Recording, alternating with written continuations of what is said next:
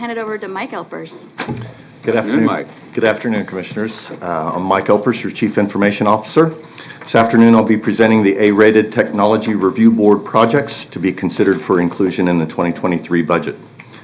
Attending with me in the back row back there is Greg Gann, the Business Solutions Group Director, Gina Gillespie, our ERP Director, and James Arntz from our IT Infrastructure Department. James is the manager that oversees the networking, telecommunications, and systems administration programs. They're here to help me explain and provide information about the TRB projects being presented today. First, some background. The Technology Review Board, or TRB, was established in 2019 primarily to standardize and centralize technology purchases within the organization. Prior to its establishment, departments would occasionally purchase technology without informing IT and later find out it was not compatible with our infrastructure or there were no IT resources available to assist with implementation. TRB was formed to try and change that. The policy sets forth guidelines and standards for reviewing and approving technology purchases, to make sure funding is available, to better track technology expenses, and to make sure that appropriate IT resources are available for implementation. We try to contact departments at least quarterly and encourage them to submit their technology requests throughout the year. TRB meets throughout the year, reviewing and rating the projects presented. If the projects receive an A rating and funding is in place, departments are free to start those at any time. We've had 8 of those this year. If funding is needed for a project, then the project stays on the TRB list and is presented as part of the budget development process. There are 17 which fit this scenario. So these were brought to TRB over the course of the last year. They received the board's A rating, but required funding to receive. As I said, there are 17 total. If you look at the TRB section in your budget books, you'll actually see the total is $1,000 off from what I have shown here. That's because the cost of one of the project, the volunteer management software, has increased by $1,000 since the budget book got sent to print. You'll see that here on this summary slide and on a separate slide which speaks specifically to that project later in the presentation. As indicated in this slide, some of these requests are to support existing technology, either replacing hardware or upgrading the software to a newer version, while others are new technology or technology departments believe will be beneficial to them in terms of their day-to-day operations and becoming more efficient. Also indicated on this slide, as well as on each individual project slide, is the Arpa designation. There are 3 of those on this list. This indicates the project was requested through ARPA needs assessment process, which took place earlier this year. All 3 of these projects were found to be eligible for ARPA funding, but were not included in the finalized ARPA spending plan. One last thing before we dive into these, the projects are listed in TRB priority order. That is what the review board sees as priority. There's also a departmental priority to share with you. Now, obviously, departments with only one A-rated project, their project is going to be rated number 1. But 3 departments, IT, appraiser, and finance, all had more than one A-rated project. So I've got a slide later in the deck to point those out. My plan is to go through these pretty quickly, give you time for questions at the end, but if there are questions or if I'm not making sense in my explanation, please feel free to stop me at any time. Okay, the first project is submitted on behalf of IT.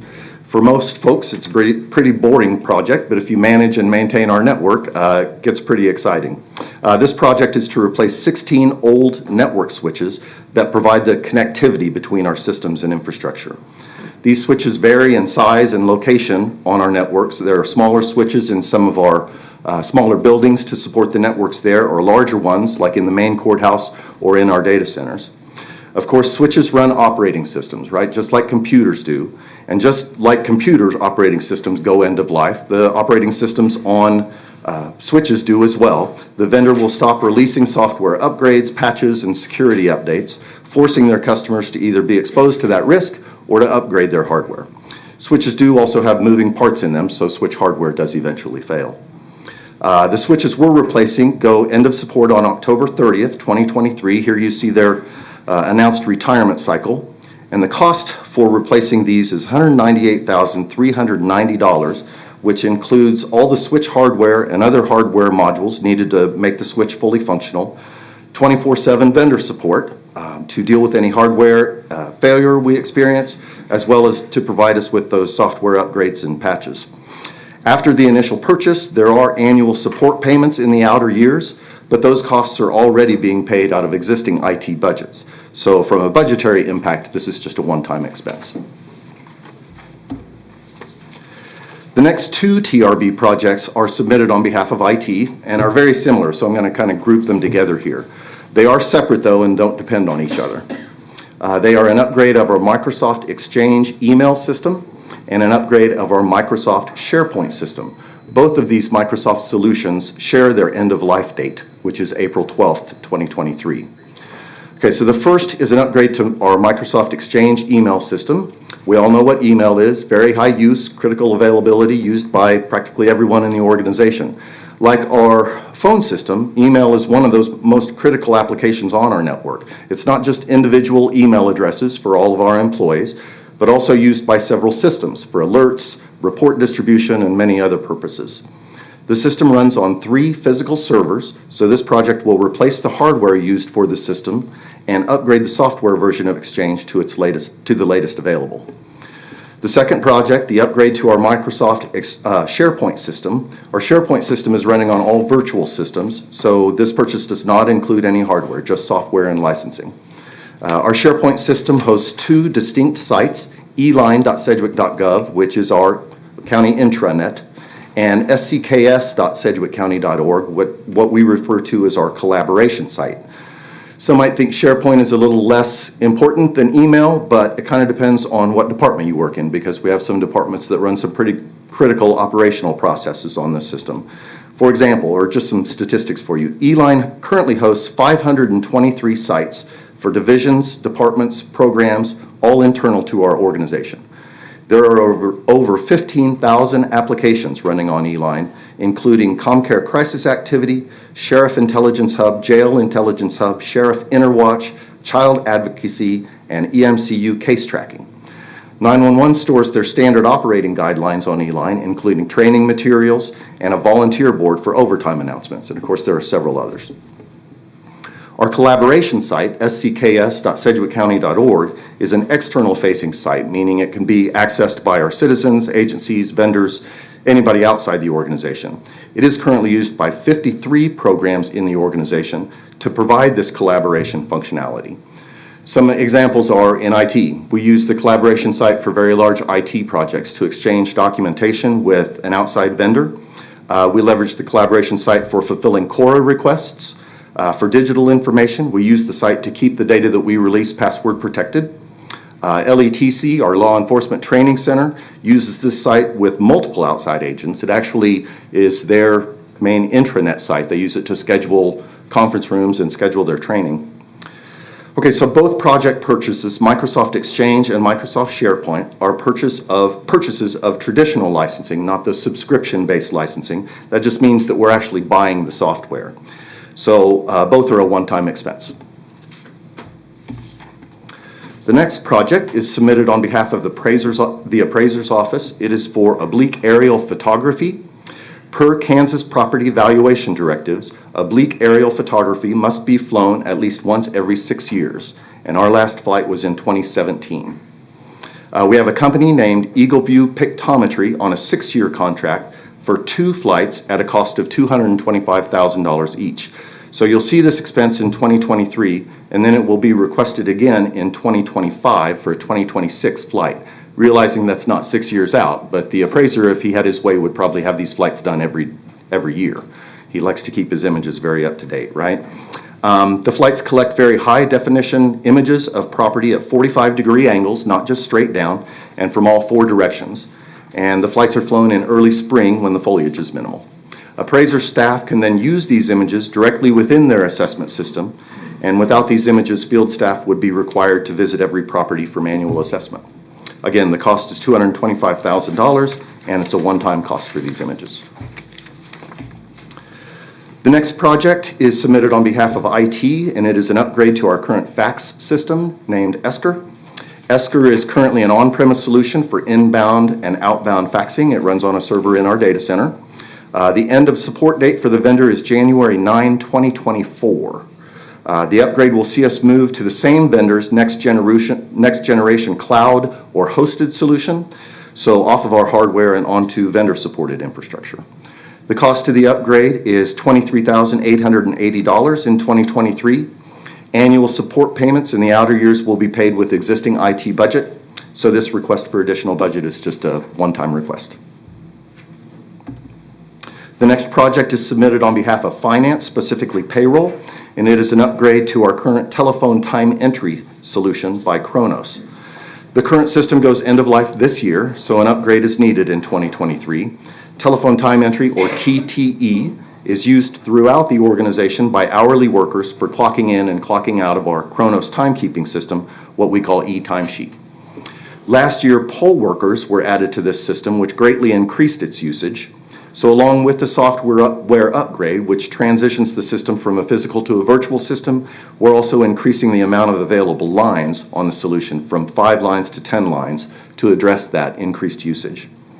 One-time cost for the upgrade is $38,515 in 2023. Outer years maintenance is actually $5,060, but that is $1,000 more than what we currently pay annually. So this request includes an additional $1,000 in years 2024 and forward. Okay, this one is probably my favorite. So the next project is submitted on behalf of the Department of Corrections. It is an expansion of a current technology being used for drug testing called Passpoint.net. So the Passpoint.net drug impairment detection system is a kiosk solution which can detect clients' current and recent impairment levels of alcohol, cannabis, cocaine, and other drugs using ocular scanning along with a self-administered breathalyzer test. Corrections currently has one of these in use at 3803 East Harry at their drug court pretrial offices. Passpoint greatly increases efficiency in drug court testing processes.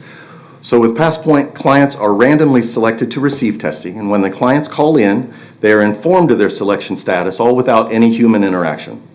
When they come in to be tested, the kiosk authenticates each individual through an assigned PIN number they were given and by client fingerprints.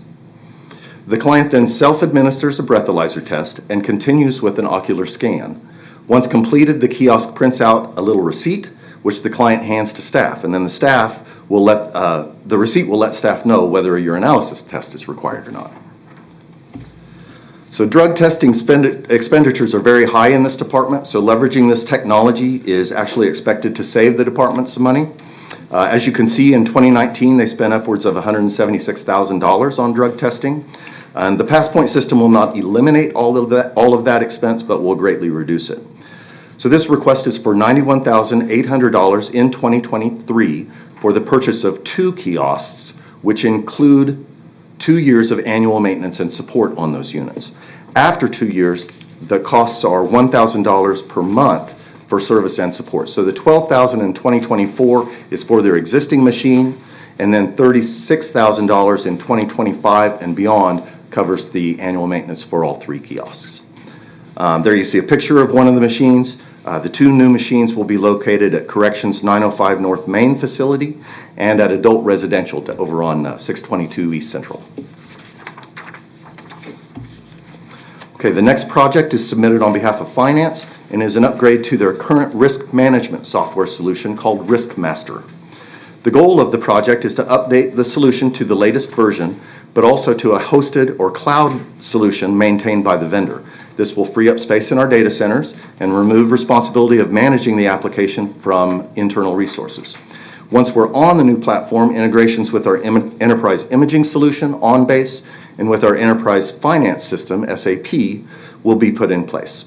2023 costs are $123,751. However, we currently pay $24,903 annually for RiskMaster, so the budget impact in 2023 will be that delta, $98,848. The subscription-based license cost in outer years is $90,326, but again, we pay that $24,903 annually, so the budget impact in outer years will be $65,423. The next TRB project is submitted, or is for an existing volunteer management software solution. It's submitted on behalf of emergency management, but the solution has functionality which other departments, any of those who leverage volunteers, can and do use. So emergency management, health department, and EMS are currently using this solution.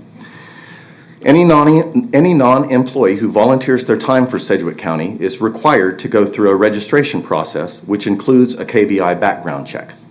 The process can take weeks to complete. However, in emergency management's case, using this software, the registration process went from weeks to days. The system allows for automatic tracking of volunteer training records, licenses, credentials, and skills. For volunteer opportunities that require specific forms to be completed, the forms can be put online and can be downloaded and uploaded by the volunteers. Then, based on their qualifications, volunteers can be organized into user groups and assigned tasks and responsibilities. System is 100% cloud-based and does not interface with any of our other solutions. It is strictly standalone.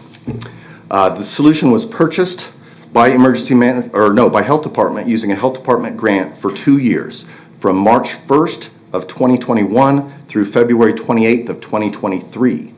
So the cost of the solution in its first years is prorated, right? March through December, 10 months, that expense is $4,000. Then a full 12-month cost after that of $4,600 in the outer years.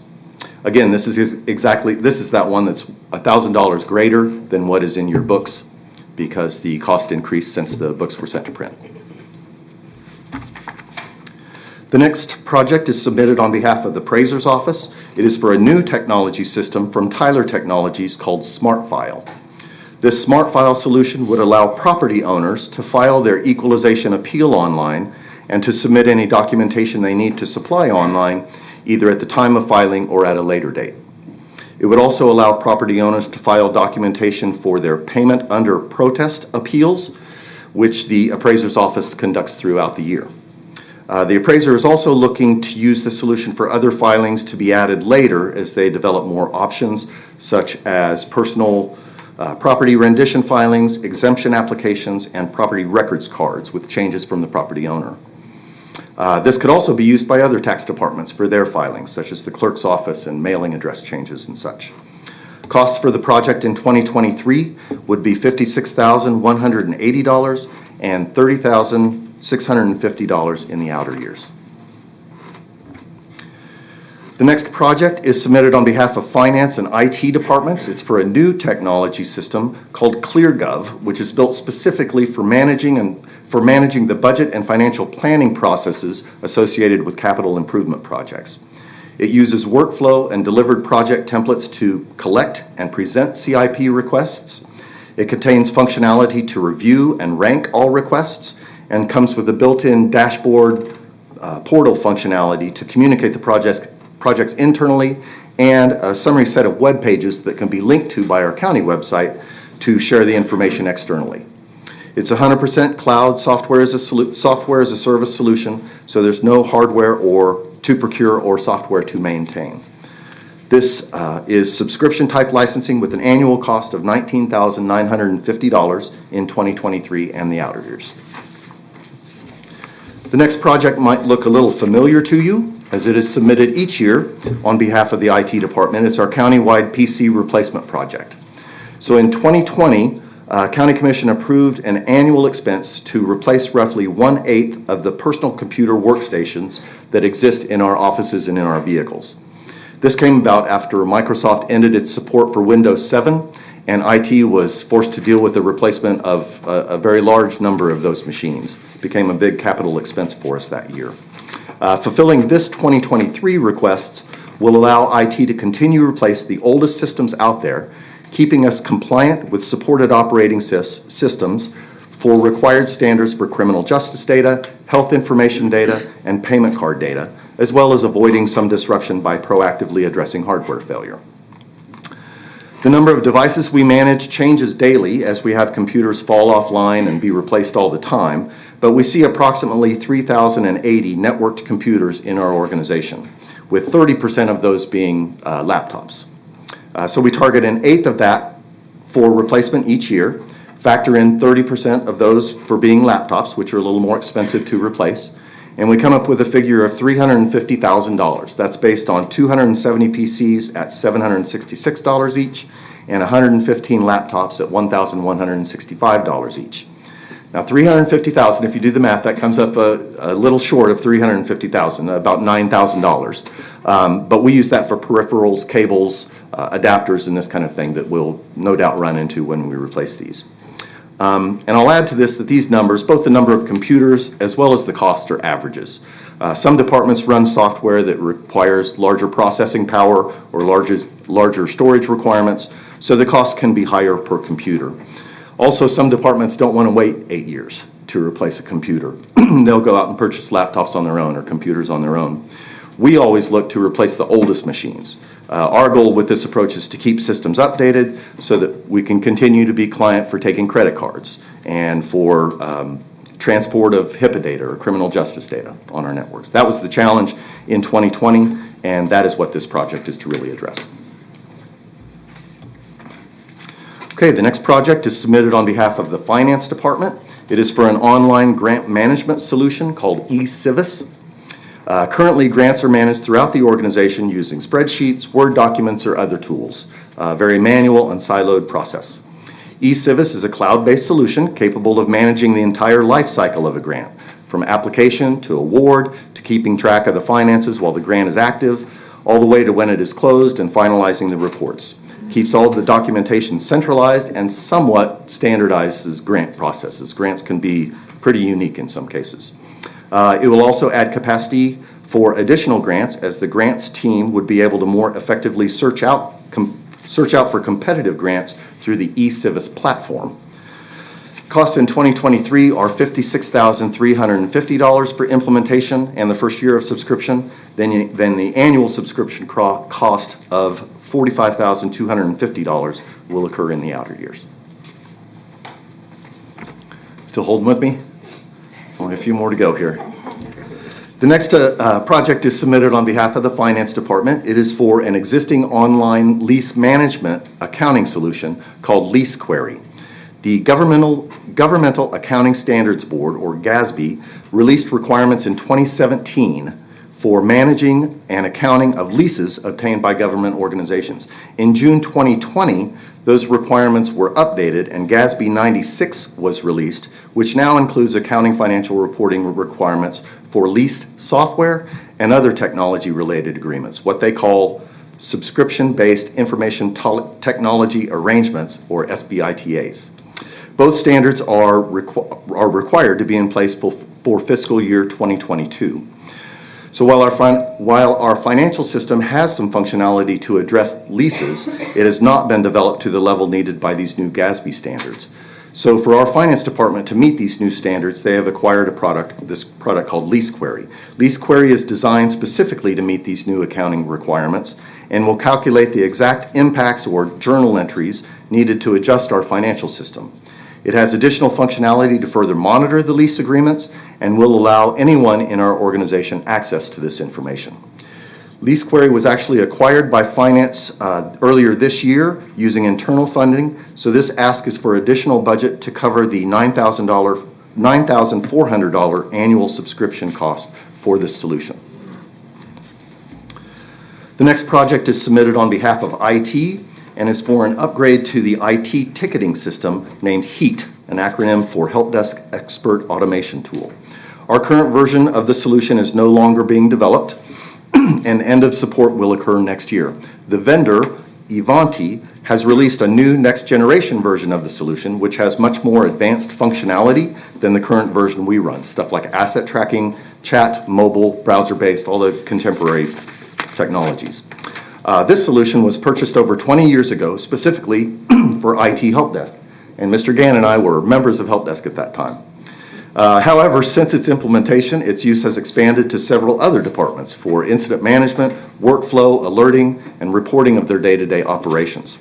Last summer, during an assessment of IT operations and processes by a third-party auditing firm, BKD, their number one recommendation was to move off this platform, as several of the functionalities they recommended, which are normally handled by help desk software, were non-existent in this current version.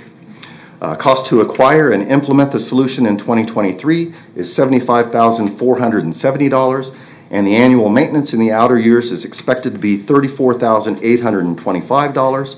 However, this annual maintenance will be paid using existing IT budget, so from a budgetary aspect, this is a one-time expense.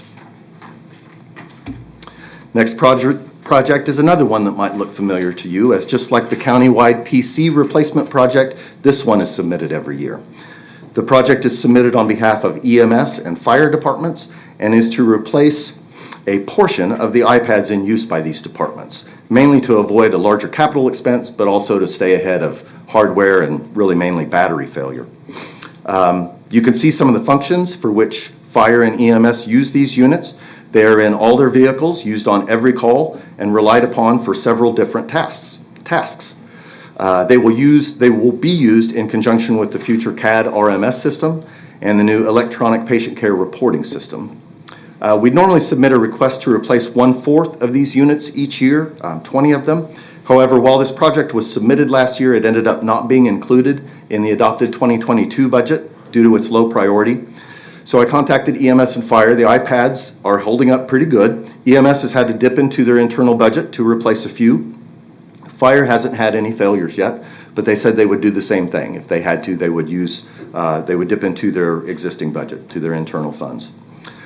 Since they weren't part of the 2022 budget, we're asking for budget in 2023 to replace half of the units, 40 of them, instead of the 1/4. At a cost of $525 each, the total request is $21,000.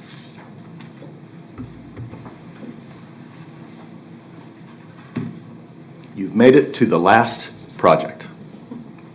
The final TRB project is submitted on behalf of IT. It is a software solution used to better manage our virtual infrastructure called vRealize Operations Manager, or VROps. With over 500 servers supporting the county, 80% or about 400 of those are virtual. VROps is a tool to help IT administrators monitor, troubleshoot, and manage the health and capacity of that virtual environment.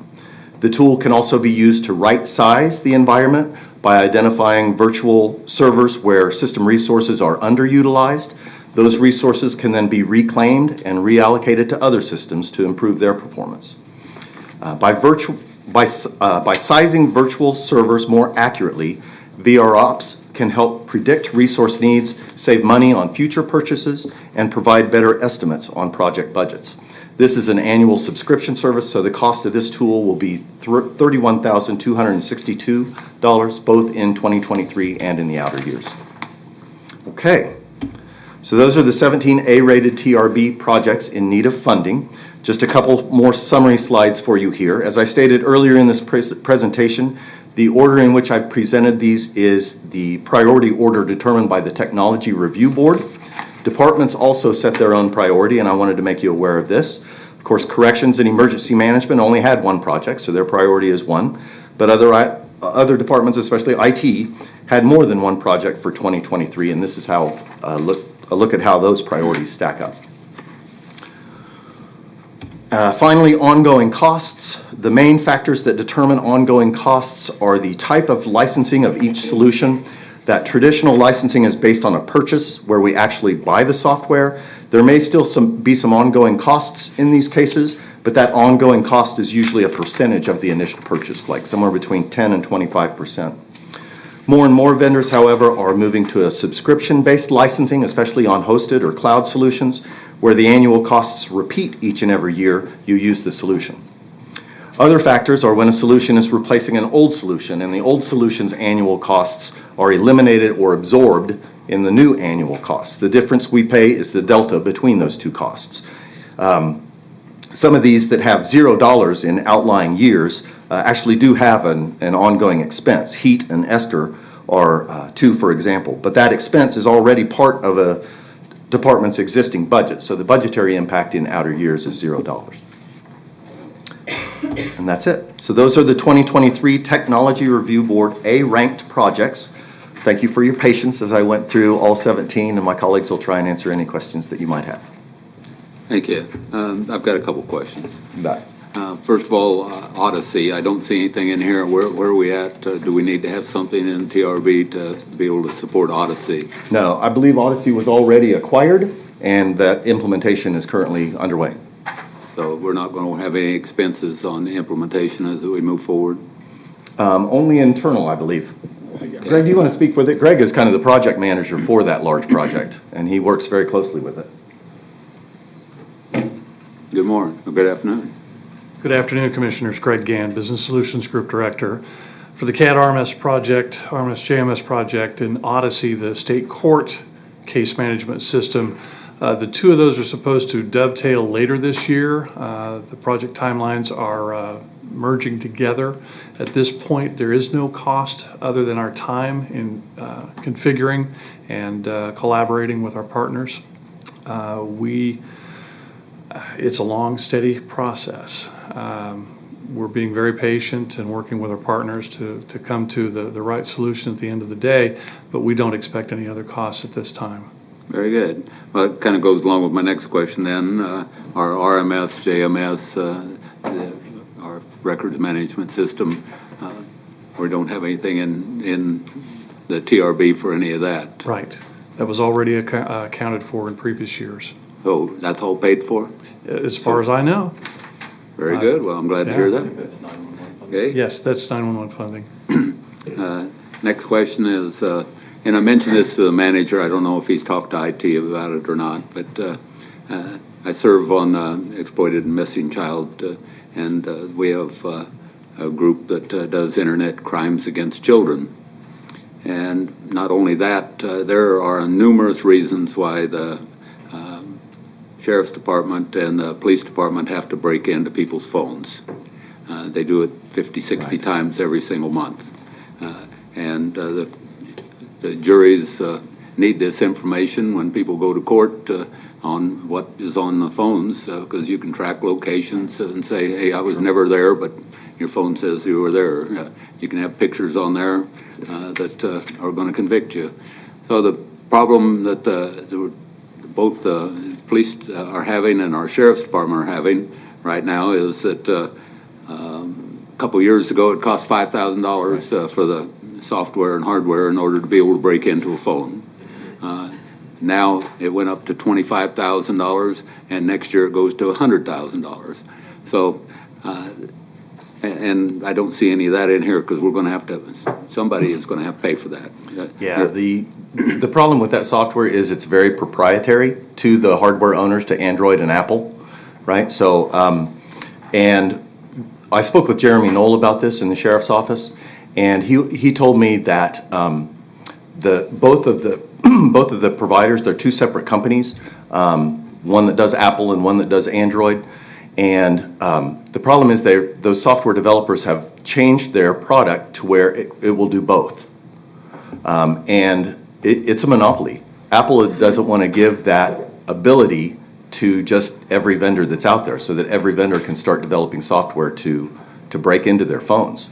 But these aren't companies that belong to Apple or Android. No, but it's an iPhone. It's an iPhone. It's an Apple phone. But these are private companies that are developing Correct. this software. Correct. But they work very closely with those hardware vendors. Well, I guess my question is, we've got High Touch, we've got all kinds of different companies that are very technological here in Wichita alone. Mm-hmm. Is there any way that we can go out with an RFI and find out if anyone else is willing? Because it's not just our Sheriff's Department and Police Department. Every single Sheriff's Department and Police Department across the entire United States needs the same exact product. So if a company says, hey, this is lucrative, why wouldn't we go out with some kind of RFI and say, everybody needs this software? Why don't you develop it and get the cost down? I can follow up with Jeremy Knoll and get some information back to you, but I believe that the software company has to sign an agreement with the hardware manufacturer, and the hardware manufacturer so far has only signed one agreement for Apple and one agreement for Android operating systems. Just Well, I'd appreciate it if you could follow up somehow. 'Cause You bet. It's getting to the point where we have to do it, no Right. matter what, and they've got us over a barrel. It's a monopoly. Right. So at some point, maybe we need to bring it to antitrust and get the government involved, because they've got a monopoly on some software that we have to have. And Commissioner, it's not just like unlocking the phone, right? Not just figuring out what code you need to get past the unlock the phone. It's getting down into the bits and bytes and finding the things that were deleted and finding the things that have been written over and Yeah. all kinds of stuff. Well, I understand. I just am concerned that there's a monopoly out there. Monopolies are supposedly illegal, but we evidently have one, and we're paying the price. Okay, I got one more question, and then I've got two other commissioners have questions. You made one statement that kind of bothered me. You said that, let me go back in time. We didn't have a TRB a few years ago, and I was very concerned that we had no control and no idea how much we were paying for technology. And so as a result, we got a TRB, so that we now know what technology costs us, I hope. But then you made a statement that, well, we're buying computers, but different departments, if they want to go buy a computer, they can just go buy a computer. Well, we just lost control once again, if that's the case. So I strongly object to anyone going outside the TRB, because that's where our control is, and that's where it belongs. So I hope that that was a misstatement rather than a fact. Well, it was not a misstatement that departments go out and purchase technology equipment on their own. In IT, we have a list of what we call technology standards, and those are basically approved, like a Dell laptop or something would be approved for a department to purchase. However, in our financial system, if those items are entered correctly with the correct GL account, general ledger account, we can look in our financial system and see that the expenses for technology equipment under $10,000 was X amount for this period of time, or technology purchases that were greater than $10,000 was X amount over this period of time. So in terms of tracking the expenditures of technology purchases, we are able to do that through a financial system. It's just that, technology can be interpreted many different ways. Is a camera, is that technology? Yeah, kind of. If it touches our network, we have a real concern for it. If it's county dollars being spent for, we need to track that. So it kind of depends on how you interpret technology. But to answer your question and address your concern of identifying technology costs, we should be able to do that, even if departments do buy what IT has identified as standards and bypass TRB to make that purchase. Well, if that's the case, then what I expect when you brief us the cost of technology in the TRB, the answer that you've got on these documents is incorrect. We need, the county commission needs some kind of information system that tells us what it costs for technology.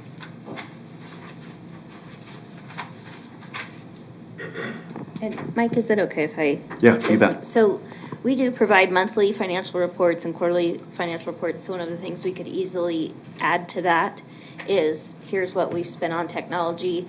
So Mike made a good point with the webcam. Like last year with Zoom, I didn't know I was going to need that, or whatever year it was. So I used finance's budget to buy a webcam. I bought a standard that was approved by IT, but I used my budget to do it because it wasn't a planned replacement. So I think those are kind of one-offs that happen in departments, but we should be able to give you those total figures, countywide, property tax dollars, whatever you want, however you would like that breakdown, we should be able to give that to you. Okay, well, my concern comes, say, could you buy an iPad or something like that without going through the TRB? Is that a standard, James? iPads? Yes, you could. So somebody could go out and buy 20 iPads, and we'd be in the same shape we were in with the elections here recently that said, hey, we need a whole bunch of iPads we didn't know about. If they don't have funding, they have to come through TRB. But we give them budgets. Right. But I still am worried about how much we're spending on technology. And if you're saying that somebody can go out and buy 20 iPads tomorrow and we'll never know about it, that concerns me. If it's recorded correctly in our financial system, we should know about it. Yeah, I hear you on this, Chairman, that when we started, when we started TRB, we tried to get control of departments going out and getting software and implementing it without coming through a process, and people. We had people all over the organization who were IT people, but did not report to the IT department. So we have shored that up by centralizing all the people and the software components under Mike. The loose hanging chatter that you're bringing up is now hardware. And how much do we want to control that and stop departments from acquiring what is clearly defined as technology? And I agree with Mike, it gets kind of gray, but an iPad is clearly technology. So it's a question I think we need to have internally of, do we want to now put the brakes on departments' ability to buy iPads? And I see the arguments for both ways. I see your argument, but I also understand the department's needs of 40 diverse departments out here. But I think we need to shore up, and after the election issue with her hardware acquisitions, we had a lot of discussion about this to shore that up. So we'll continue to, we hear you on this. Okay, Question on that topic. certainly. Commissioner Lopez? Thank you. One of these, and I can't remember without going through all of them, discussed asset management. So if we have something that is going to track assets, will we asset tag all of our technology? And then if there is something new that's on our network, we can then asset tag that, and then we'll have inventory of everything. That's one way that we can track our assets. So there are a couple responses there. One is in my knowledge, there are two types of assets: a fixed asset, or a controlled asset, and a capital asset. Capitalized being $10,000 or more. That is tracked in our financial system. It'll have depreciation costs and that kind of thing. The controlled assets, which are less than $10,000, unless some are specifically identified, we have a solution in place to do that. I don't know how much it's being used, and it does barcode scanning type of tracking on assets. What's that called, Gina? What is it? Aptricity. Thank you. Aptricity. A member of the ERP team manages it, as does Becca Wadsworth out of finance. Will we still be using that, or if we go with this other option, will we start using that to track our assets? Yeah, I think that was in the heat upgrade solution or project, and I believe the idea is that if somebody calls the help desk at from an office and they can give us their asset number, then we can type it into our new IT ticketing system, and it will pull up exactly what kind of hardware that is. That it's a laptop, that it's a PC, a tower PC, or a printer, or something like that. So could we set a policy or something that says if there's any new hardware assets that's going to join our network, it needs to be entered into the system? So we That's how we did it actually at do have Ascension. a policy now that calls for that, and so there should actually be, if you go and look at your computer, you should have a pretty little silver asset tag. And so we do try to do that, but I don't know that we get down to like a webcam level, but for those larger purchases, yes, the requirement right now is that folks have those asset tags and log those, and then going forward in the heat system, we'd make sure that those talk to each other. I wonder if, I know it'd be a lot of work, but if we do this new heat system, doing a full overview of what assets we have and making sure that they're up to date and that our system as a new system or an updated system is right where it should be. Just along those same lines. Thank you. Okay, thank you. And we've got a number of questions. Remember, we've got a 4:30 appointment too. So, Commissioner Cruz. Thank you, Chairman. So I guess my question relating to this would be, if we're not asset tagging webcams, what are the other things that we aren't tagging, and how are we tracking those? Because that will add up if we're not tagging things. I mean, it's like the airline that just took out olives out of their salads. They saved billions of dollars because they did that one little thing. So when you think about years and years and years of little pieces like your webcam, that will start to add up. So is there a value limit that we're setting on asset tagging? Not to my knowledge. Computers that come in, printers that come in, iPads, tablets, those all get our service tags on them now. So should we set a value limit? Yeah, we can definitely do that. And we can, and to Mike's point about capitalized assets, there are some things that we consider an asset that you don't go out and tag, like you don't go out and tag a road, right? So we have alternatives. So to Mike's point of the controlled assets, those are those assets that are less than $10,000. We do try to track those and estimate the values for insurance purposes, but we can try and do, we can try and figure out some ways to do some of those smaller technologies that are now getting more common. Those, what Mike's talking about with Aptricity, they're just like little RFID tags, and you just stick it on something. So I think we'll have more flexibility going forward than having to affix those silver tags that we have today. So I think there are opportunities to do that going forward. Okay, and then while you were talking, your presentation sparked something. When was the strategic plan completed? 2019? Okay, so I'm sure that we've had some goals that have changed, I mean, since we set that. But I'm looking at the goals set in that strategic plan, understanding it was done in 2019 for technology. And one of them, goal number 5, talks about increasing awareness of data sharing opportunities to make data-driven decisions. And so I wonder, were these goals even consulted when we talked about our TRB for this year? Was this document even opened? Yes, I can tell you that those goals have changed, and you'll hear some of that in the IT presentation tomorrow, the IT budget presentation tomorrow. But enterprise analytics is really what that goal specifically was put in place for back in 2019. I was part of that team that built that, and that has to do with the ERP analytics and the systems that we have for sharing enterprise data across the organization. Okay, so those new goals will be sent to us that you guys made decisions? They're part of the presentation tomorrow. Yeah. Okay, great.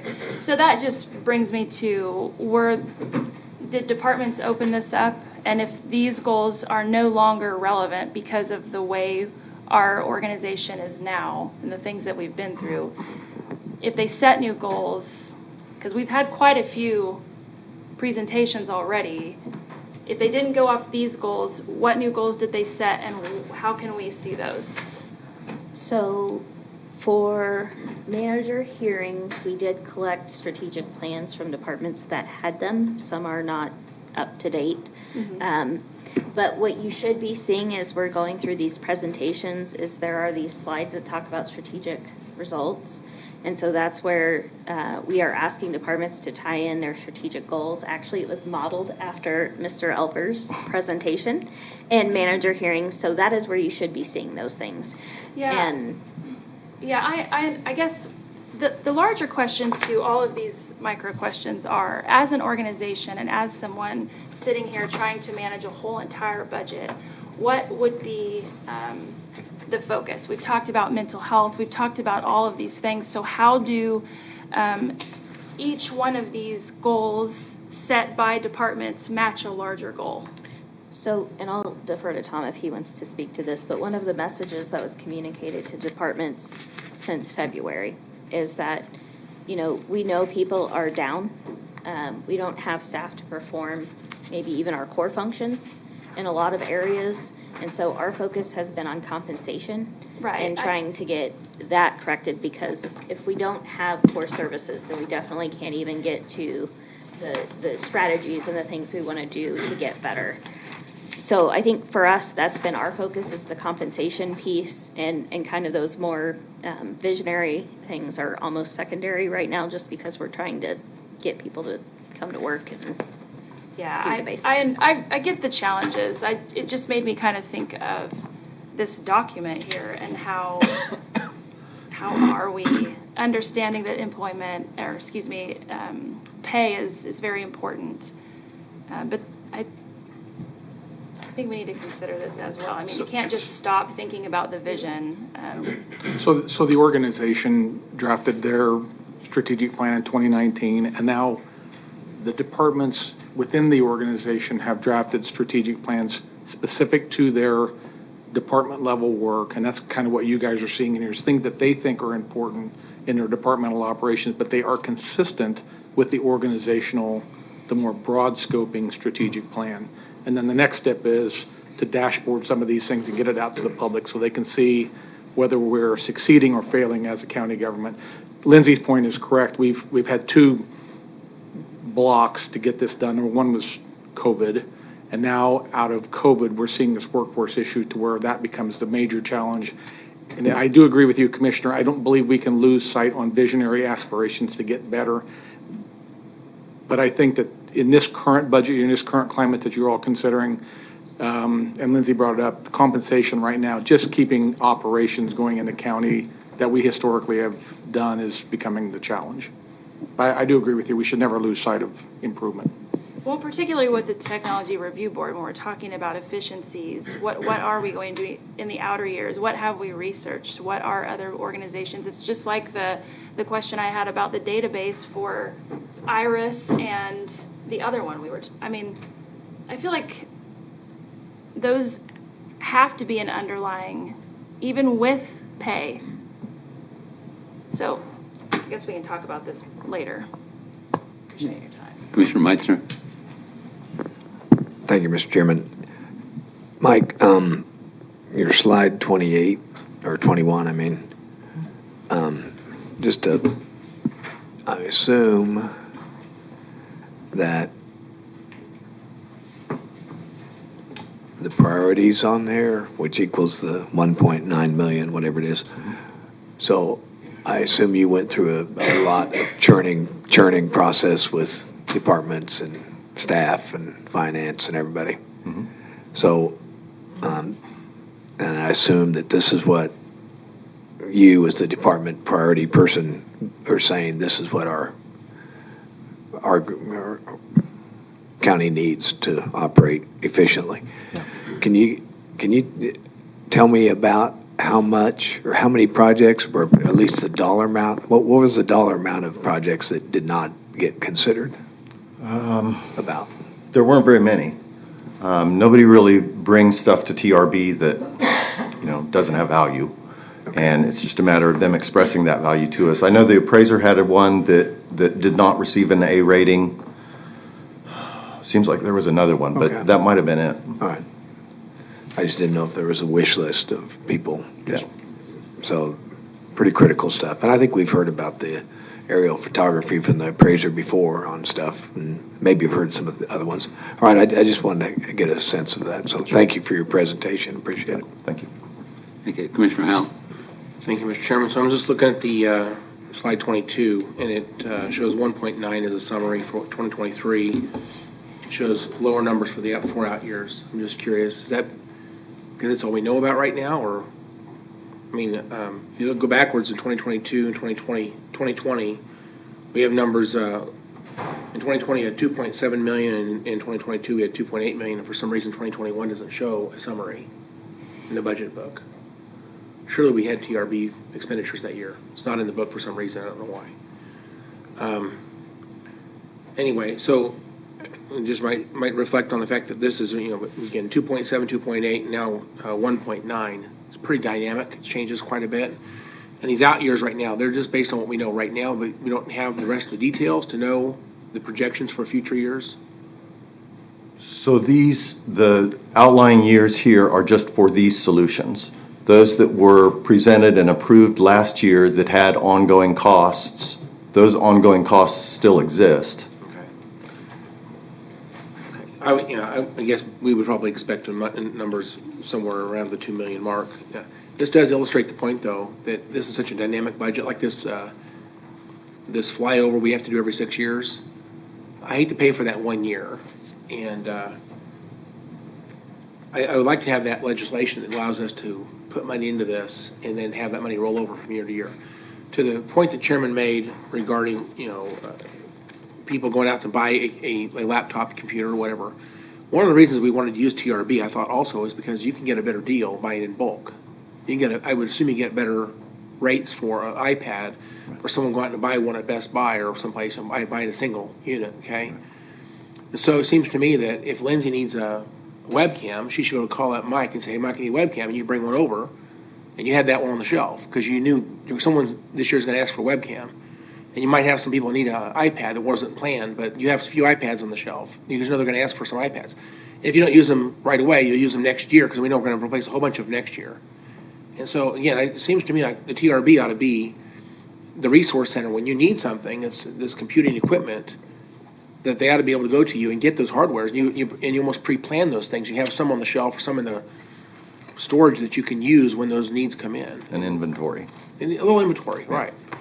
Rather than just buying exactly what you need, you would plan ahead, and then people would have the habit of calling you rather than going out on their own. So I have a different vision, I guess, than the way it's actually working. All right.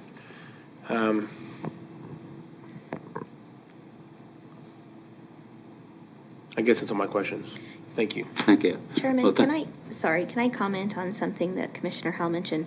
So there are probably two points to note. So for 2021, we didn't fund Technology Review Board projects. We deferred all of those. Okay, is that why?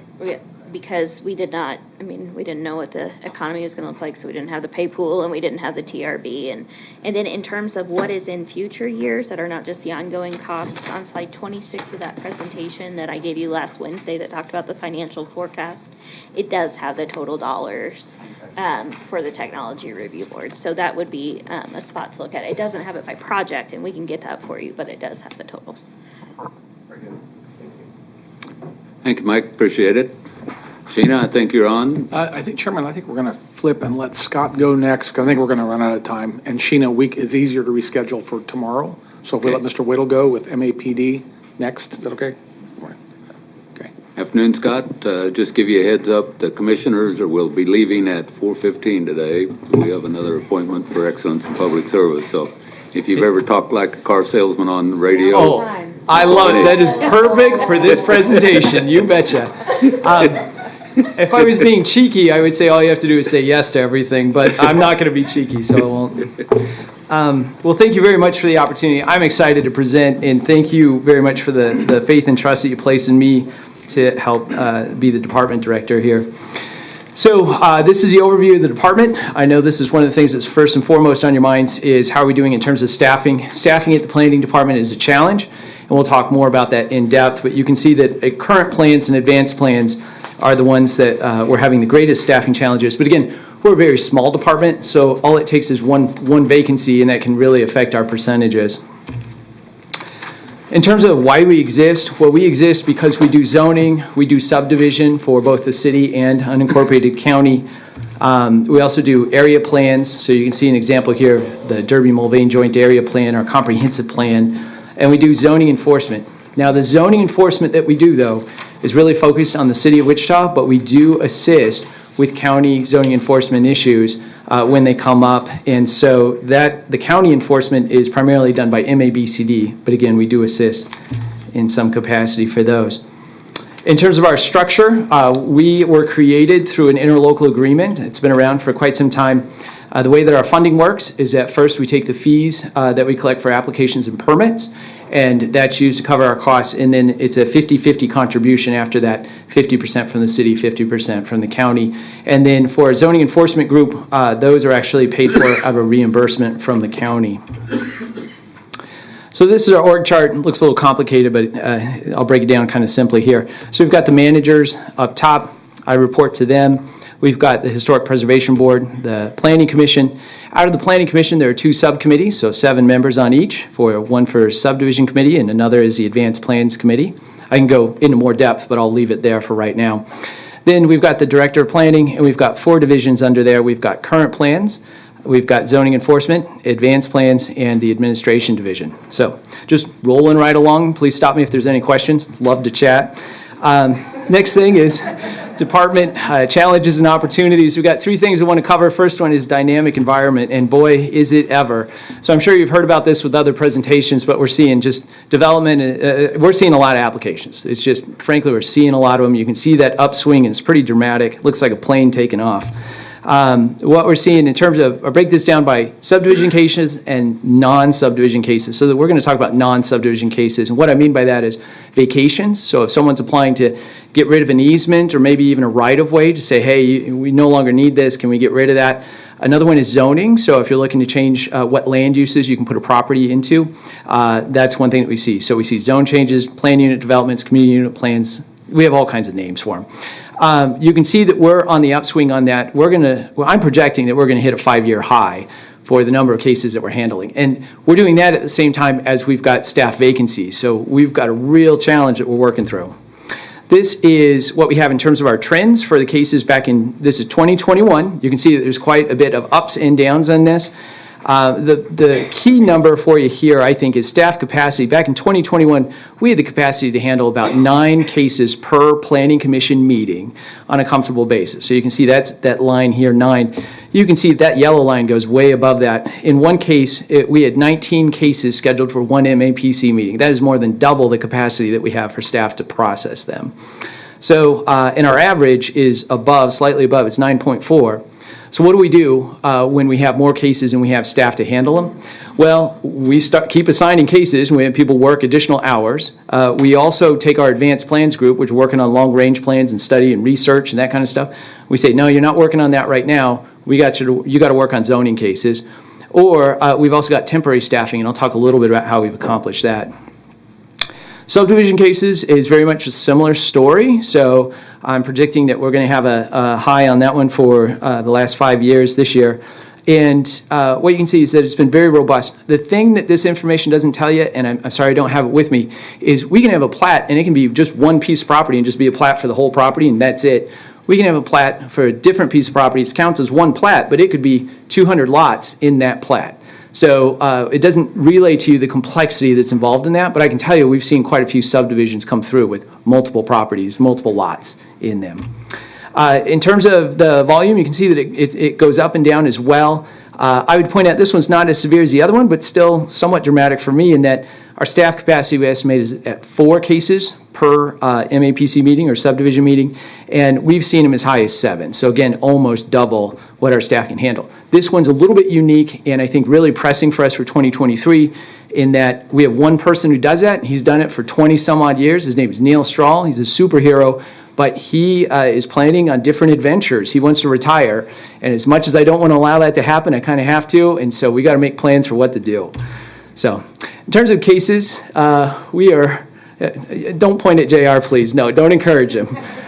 In terms of cases, oh yes, very much so. In terms of cases, we've got them all over the map. You can see that we've got a number of them just in a variety of places across the county. And I can go over this more in more detail, but I'll keep rolling.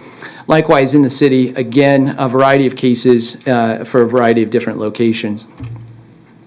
In terms of special topics, we continue to work on solar and zoning regulations, and I understand that hopefully we'll have an update for you in the next few weeks here about a draft. So we continue to work on that. We've also been asked to look at nightclubs in the city and the definition of that, and that will likely come forward to you at some time in the relative future here, probably in the next few months. And then short-term rentals has been an issue that the city's been wrestling with in terms of Airbnbs, VRBOs, where are they appropriate, where are they not, should regulations change on those. So we're working through those. We also continue to work on implementation of plans and updates. So Places for People plan, the land bank has been created. The Affordable Housing Fund for the City of Wichita has been created, both big steps. We continue to look at zoning updates, and that's going to be a longer-term community conversation, and you'll hear more about that again in the future. We also have a number of other plans that we continue to monitor and update, but not as robustly as I wish we could, and so that's one thing to look at in the future. We also continue to receive requests from community members about updates and new plans, 2 of them especially being Delano and College Hill, because you've seen a lot of development in Delano. That's created some interest in revisiting their design guidelines. And then in College Hill, they do not have a neighborhood plan, nor do they have any design guidelines, so there's been interest in doing both of those. That summarizes the dynamic environment, and I've moved very quickly through that. I'm going to move on to staffing. This is really a core issue for us this year and next year. So staffing, as you've heard from a variety of departments, is challenging, especially this year. A couple of reasons why it's challenging for us is that we've had a senior planner position. You may remember Dave Urout, who's a division manager, and his position was vacant for more than a year. We advertised it nationally. We hired a firm to help us out with recruiting people for that position. We ended up ultimately filling it internally. And I think that that's a special challenge is trying to find people with lots of years of experience who are willing to move during the pandemic and uproot their families and make that move. We were very fortunate in that people internally developed and were able to fill that role. But the other challenge that we had too is that one of our staff members had been approached by a community and was offered a position. Fortunately for us, they turned him down, but later on went to a private firm just recently. So I know the private firms as well are very, very busy here. Some so busy that they're actually deferring work to competitors because they can't handle the planning work that's coming at them. So again, development is very high. It's creating a very challenging environment. So in terms of the planning department, I see that we're shifting from experts. We used to have a lot of people who had 20 years plus experience. We didn't have a lot of them, but they were a core group, and that's really what made up the planning department. And so they could field any question. Our challenge now is what do we do when we have people who have 2-5 years of experience, and we know that they're transitioning and they're going to be maybe even looking at other jobs? What do we do to keep continuity of the organization functioning? And I think that shifts us from an era of being experts to an era of being knowledgeable and having redundancy in those positions. Here's our org chart right now in terms of vacancies and positions. And what I'd point out to you is the dark blue down here. You may be familiar with Bill Longnecker. He retired a number of years ago. We've been very fortunate. He's come back and worked for us part-time on an as-needed basis to help us with our case capacity, and that's been invaluable. Second thing I'd point out is the orange. These are positions that are currently vacant, and we are recruiting for 2 of them. So one is a senior planner in current plans division. One is a senior planner in the advanced plans division. The third one, though, has been frozen, and this is due to budget discussions at the city level, and so that remains frozen. And then the yellow one are retirements that are coming up. So we've talked about Neil Strahl and his retirement. We'll talk some more about that one as well. And then Stephen Banks is the other one, and I'll talk more briefly about that. Here's a table that explains that just in numeral form in terms of positions that we have, what's vacant, and what are upcoming vacancies coming up. The retirements, I'll talk more about that right now. So advanced plan senior Stephen Banks, he's a senior planner. He does our demographics and census work. We don't have any redundancy for that. We don't have someone else trained to do that. He retires at the end of this year, so December of 2022. We've been very fortunate that we received permission to do an advance fill for that position, so we are currently recruiting. We'll see how it goes. Again, challenging environment, a very specialized position, but I'm optimistic that we can get someone for that one. The next one then is Neil Strahl's position. He's retiring in 2024. He does, again, all of our subdivisions, plats, lot splits, landscape reviews. Very key position for us, and so 2023 is going to be really important to get someone in, get them trained up so that they know how to carry out that function when he retires. In terms of our staff capacity for cases, you can see that associate planner, senior planner, division manager, and a seasonal planner keeps us at about 9 cases. Again, we saw an average of 9.4, and I believe we're slightly above that for this year, but this was back from 2021. Again, the options of what we can do, we can assign the advanced plans division staff to cover that, gets us more hours, but reduces our capacity for other things. We can have the current plans folks work additional hours, but we run the risk of burnout, resignations, increased potential for errors, and we have actually seen that on some staff reports. And then the other option, I'm not a fan of this one. We've held off from doing this at all costs. That is, limit the number of cases that can be presented to the Planning Commission on a given agenda. We have not done that because what it does is delays development and would have a waterfall cascading effect on cases afterwards. So if we did that, it would defer cases to the next MAPC meeting. But with our volumes this high, it would just keep going back and pushing cases back further. So at all costs, we've tried to avoid that and have not done that. So again, challenges and opportunities. We covered dynamic environment, staffing, go to technologies. I think this is a story very similar to what you've heard from a lot of departments. We're just investing in technology. We've switched to laptops. We're trying to be mobile. And we're increasing our capacity for customers to get information online. So we continue to work on that. This is our base budget. So this year, 2022, $692,000. Our request in 2023 is about $725,000. It's an increase of almost 5%, and what that accounts for is that we are on the city's HR and payroll system, and so there was a cost of living increase as well as performance merit increases, and so that's what's reflected there. In terms of our decision packages, the first one is a request to please continue with having Bill Longnecker or another person in a similar capacity come in and provide temporary assistance. The request is hopefully quite modest. It's for $7,500 from the county with a match from the city. All indications from the city is that they are in. That would again keep our capacity at 9 cases per MAPC meeting. Decision package number 2 is to hire 2 new associate planners, so to create 2 new planner positions. The rationale is that we can use them for non-subdivision case processing. So again, we've seen our caseloads up very high. This would give us the extra capacity to do that. The second one is to provide redundancy for our subdivision cases, because I really do not want to drop that ball. I want to make sure we've got a good transition there and have that capacity with his retirement coming up. The way that I propose to fund this is that we had a lot of senior people who had capped out at their salary range. When they retired and we hired new people to fill those positions, it left us with salary savings. And so I would propose to use the salary savings to fund one of these positions. The second one could be funded through a combination of charges for services. So we have seen an increase in applications, which results in increased fees that we're collecting, as well as of $45,000 from the county and $45,000 from the city. So that's the request. That would get 2 positions. And as you talked about a used car salesman, this is the part where I say bargains, bargains, bargains, because this is really the cost of a quarter of really half of a position, and you can get 2 FTEs out of it. So it's a really awesome opportunity for a bargain. The next one then is that it impacts our case capacity. You can see it would get us up to 10, and also for non-subdivision cases, and up to 6 potentially for subdivision cases. And I would expect that would grow as people get more experience under them. The third one is a little bit more complicated.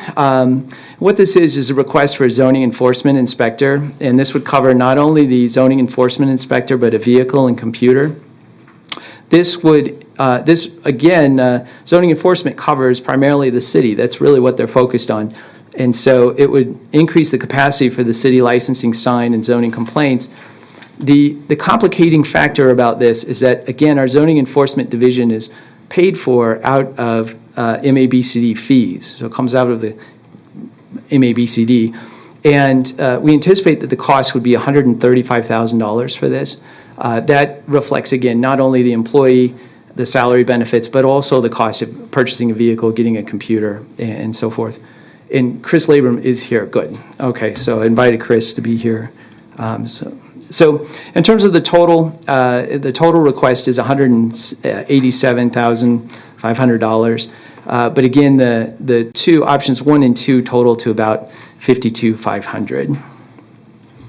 2023, just want to emphasize that it's an important year for us because, number one, we've got those salary savings. If we don't budget for that, we don't use that capacity, then our budget decreases. And so if I came back and was requesting 2 additional positions, I'd have to request for more funding than what I am now. And then the second one is that this is really a key moment in time for us to do training. So with that, I'll stand for any questions, and I see that it's 4:15, so hopefully made it in time. Good job. I heard KFDI is calling for you. Oh. I don't see any questions. Good job. Well, thank you so much. Thank you. Okay. I think we need to depart now because we have to be at Botanica, correct? Botanica at 4:30. See you there.